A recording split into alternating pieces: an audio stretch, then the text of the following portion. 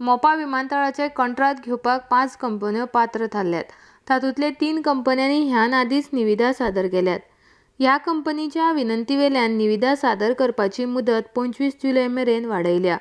मोपा विमानतळा खातीर 3000 कोटी तशेंच सुकेकुळण ते मोपा विमानतळ जलमार्गा खातीर आनीक 300 कोटी खर्च करचे पडटले।